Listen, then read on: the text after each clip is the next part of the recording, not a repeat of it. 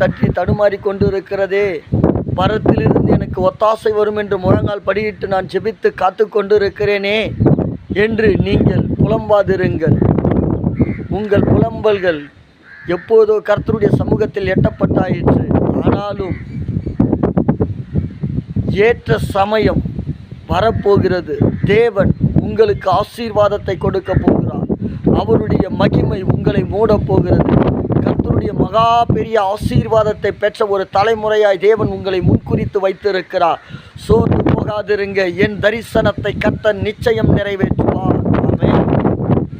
உங்கள் தரிசனம் நிறைவேறும். உங்களுடைய திட்டத்தை அப்போ தானே நிறைவேற்றணும். உங்கள் பிள்ளைகளுக்கு நீங்கள் எப்பப்போ எதை செய்யணும்னு ஒன்று அடம் பிடிச்சா நீங்கள் வாங்கி கொடுப்பீங்களா? வாங்கி கொடுக்க மாட்டீங்க.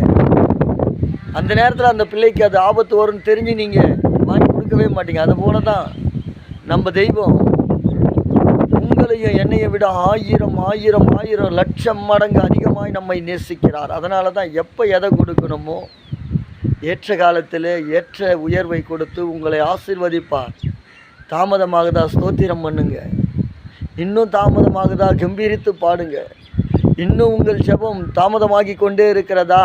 இதோ கர்த்தர் எனக்காக வைத்த தரிசனத்தை நிறைவேற்றுகிற காலம் வருகிற வரையிலும் துதிப்பேன் துதிப்பேன் துதித்து கொண்டே இருப்பேன். என் தேவன் என் தரிசனத்தை நிச்சயம் நிறைவேற்றுவார். ஆமென்.